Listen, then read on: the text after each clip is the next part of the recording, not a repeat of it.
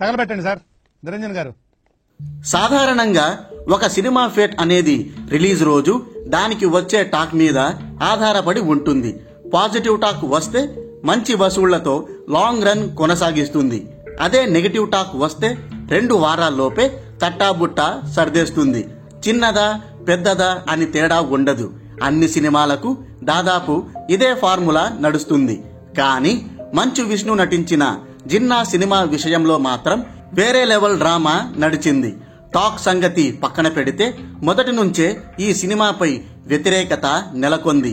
Manchu Vishnu regular గా వివాదాల్లో ఉండటం, ఒక మీమ్ మెటీరియల్ గా అవతరించడంతో చిన్నా సినిమాకి మొదటి నుంచే నెగటివ్ బజ్ వచ్చి పడింది. ఆ నెగటివిటీని డామినేట్ చేసి సినిమాపై ప్రేక్షకుల్లో ఇంట్రెస్ట్ పెంచడం కోసం సినిమా యూనిట్ చాలానే ప్రయత్నాలు చేసింది. వరుసబెట్టి ఇంటర్వ్యూలు ఇవ్వడంతో పాటు గ్రాండ్ గా ఈవెంట్లను నిర్వహించింది. చంద్రముఖి లెవెల్లో సినిమా ఉంటుందని ప్రచారం కూడా చేశారు. కానీ ఎంత ప్రమోట్ చేసినా అది బురదలో పోసిన పన్నీరే అయ్యింది.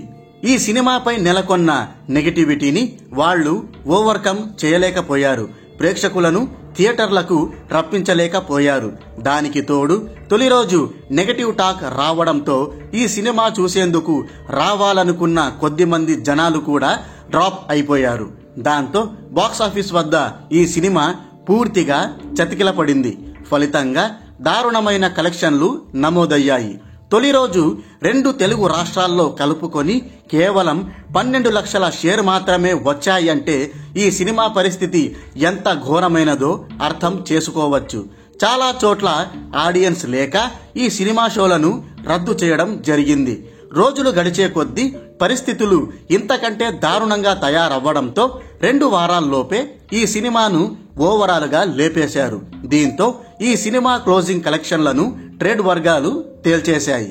రిపోర్ట్స్ ప్రకారం జిన్నా సినిమా తన ఫుల్ రన్ లో 2 తెలుగు రాష్ట్రాల్లో కలుపుకొని 59 లక్షల షేర్, 1,20,00,000 గ్రాస్ కలెక్ట్ చేసింది. తొలి రోజు ఈ సినిమాకి 12 లక్షలు షేర్ మాత్రమే రావడం చూసి ఇది తెలుగు స్టేట్స్ లో 50 లక్షల మార్క్ ని అందుకోవడం కష్టమేనని అంతా అనుకున్నారు. కానీ ఆ అంచనాలను బోల్తా కొట్టిస్తూ ఇది టోటల్ రన్ లో 50 లక్షల మార్క్ ని దాటేసి ఓవరాల్ గా 59 లక్షల షేర్ వసూళ్లను రాబట్టింది. ఇక రెస్ట్ ఆఫ్ ఇండియా, ఓవర్సీస్ లెక్కలన్నీ కలుపుకుంటే వరల్డ్ వైడ్ గా 73 లక్షల షేర్, 1,45,00,000 గ్రాస్ నమోదైంది. రిలీజ్ కి ముందు పెద్దగా బజ్ లేకపోవడం వల్ల ఈ సినిమా కేవలం 4 కోట్ల ప్రీ రిలీజ్ బిజినెస్ మాత్రమే చేసింది. అంత తక్కువ బిజినెస్ చేసినప్పటికీ ఇది ఆ మొత్తాన్ని రికవర్ చేయలేదు. కేవలం 73 లక్షల షేర్తో చాప చుట్టేసింది.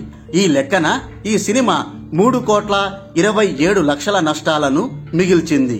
దీంతో ఇది డిజాస్టర్ సినిమాల జాబితాలోకి చేరిపోయింది. మరో విషయం ఏమిటంటే ఈ సినిమాకు మంచు ఫ్యామిలీ 10 కోట్ల బడ్జెట్ పెట్టింది.